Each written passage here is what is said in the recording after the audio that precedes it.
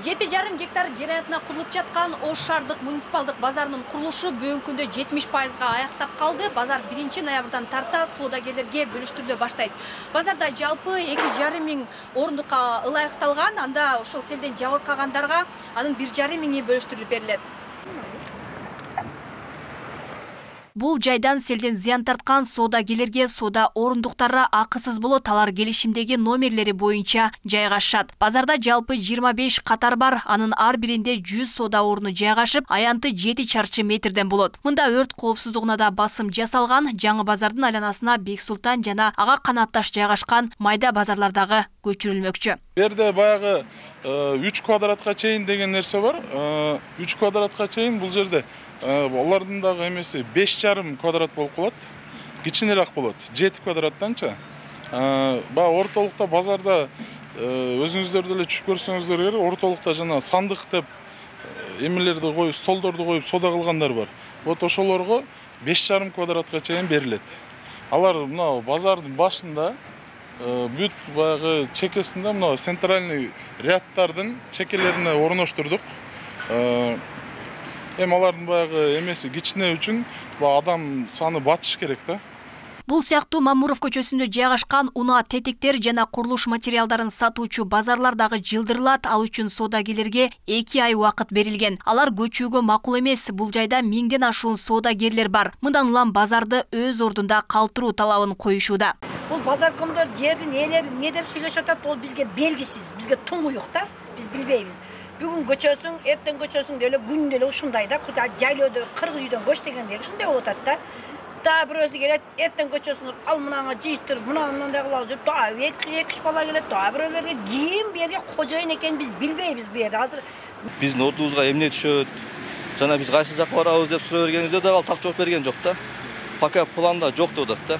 Бизде жөн эле көчүрүш эле максат болуп атат да. Бул эми биздин оюбузча ошо 1-2 адамдын кызыкчылыгы деле ойлоп атабыз да, ошол эле нерсе. Аталган базарлар Жапалак унаа тетиктер базарынын жанындагы 35 гектар жер аянтына көчүрүлөт. Соодагерлер ал жайдан орун алуу үчүн $6,000 сунуштагандар болгондугун жашырышкан жок. Бирок айтышты $6,000 сатылат экен, аренда берип отурат экенбиз деди.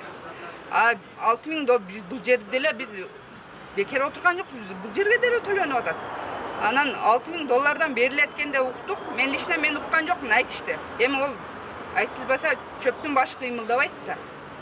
Анан кийин бекер эле барып отургузбайт экен ал жерге делечи мисалы. Бул маалыматты Ош шаардык мэриясынын басма сөз катчысы чындыкка дал келбейт деп билдирди. Аларга муниципалдык базар курулуп, талаптагыдай шарттар түзүлмөкчү. Анда ижара акысы гана төлөнөт дешет. Бул маалыматтар чындыкка дал келбейт. Анткени ошол жердеги болгон базардын бардыгы муниципалдык базарды да эске ала кеткенде, бардыгы муниципалдык базар болуп эсептелинет.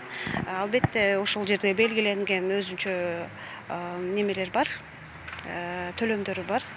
Буга чейин курулуш базары жана унаа тетиктер базарын жылдыруу боюнча жыйын өткөрүлгөн. Анда да соодагерлер каршы пикирлерин билдиришкен. Бул боюнча атайын комиссия түзүлүп, соода күркөлөрү эсептелип баштаган. Шаардагы базарларды чыгаруу боюнча бул 2016 жылы шаардын башкы планын бекиткен убакыттан баштап эле бул нерселер каралган. Бул дүйнөлүк практикадагы чоң шаарларда өзүңүз билесиз, шаардын ичиндеги базарларды бүт шаардын четине чыгарылып, шаардын четтеринде жайгашканда да. Азыр соодагерлерге ал жерде кагаз түрүндө дагы мына кече чыгып туруп массалык маалымат каражаттары аркылуу дагы эскертүүлөрдү берип атабыз, ушуну айттым. Базарлар көчүрүлөт депчи. Буга чейин Ош шаардык кеңеши тамак аш, курулуш, кийим кече жана жайма базарларды сыртка чыгаруу боюнча токтом кабыл алган. Мындан улам Келечек базары, Шейтүү аймагындагы Курманжан, Датка, Ленин жана Мамажан көчөлөрүндө жайгашкан курулуш материалдар базарларында көчүрүү пландалууда. Алмагүл Эрке, Байгызы, Адилбек Абдакимов, Мирбек Конобаев, Ош ТВ.